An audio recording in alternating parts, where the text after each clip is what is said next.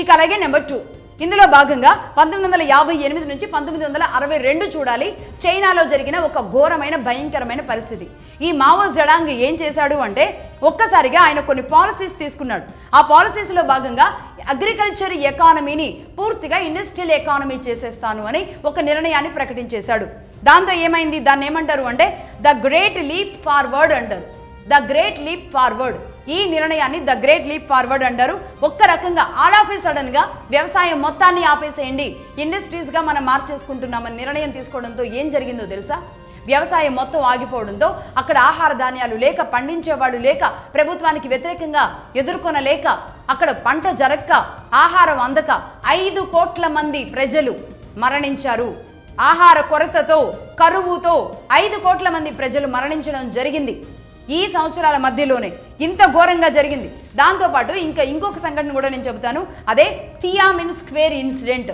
Thiamine అనే ఒక ప్రదేశానికి వీళ్ళందరూ ఇలా ఆల్ ఆఫ్ సడన్ గా వ్యవసాయాన్ని ఆపేస్తే ఎలా, మరి ఎలా తినాలి, ఎలా ముందుకు వెళ్ళాలి అని చెప్పి కొంతమంది రైతులు, అలాగే స్టూడెంట్స్, విద్యార్థులు అందరూ కలిసి ఈ థియామిన్ స్క్వేర్ అనే ప్రదేశానికి అక్కడికి వెళ్ళి వాళ్ళు ఆందోళన చేయిస్తారన్నమాట. ఆందోళన చేస్తున్న వాళ్ళని ఈ మార్షల్ లా పెట్టి 100 మంది పోలీసులను పెట్టి అక్కడ విద్యార్థుల్ని, రైతులని దాదాపుగా 1000 సంఖ్యలో వాళ్ళందరినీ కూడా మట్టు పెట్టేశారు. కాల్చేసింది ప్రభుత్వం. ప్రపంచంలోనే అతి భయంకరమైన ఇన్సిడెంట్గా చైనా ఇన్సిడెంట్ ఇది జరిగింది. ప్రభుత్వమే విద్యార్థుల్ని, రైతులని కాల్చించేసిన దుర్మార్గమైన ఘటన.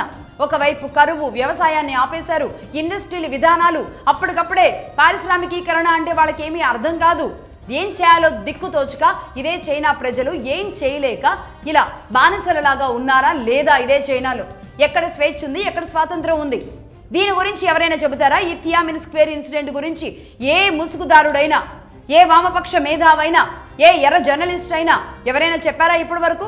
ఇలాంటివి మాట్లాడరు. భారతదేశం గురించి మాట్లాడమనండి, ప్రతి ఇన్సిడెంట్ని చెబుతారు. అక్కడ ఈ విద్యార్థుల మీద అది జరిగింది, అక్కడ ఇది జరిగింది అని వీళ్ళు మాట్లాడుతూ ఉంటారు. 1000 మంది విద్యార్థుల్ని కాల్చేస్తే 1989లో జరిగింది ఇది.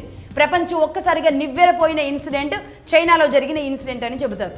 రైట్? ఇక పారిశ్రామికీకరణ, డబ్బు ఎలా వచ్చింది అంటే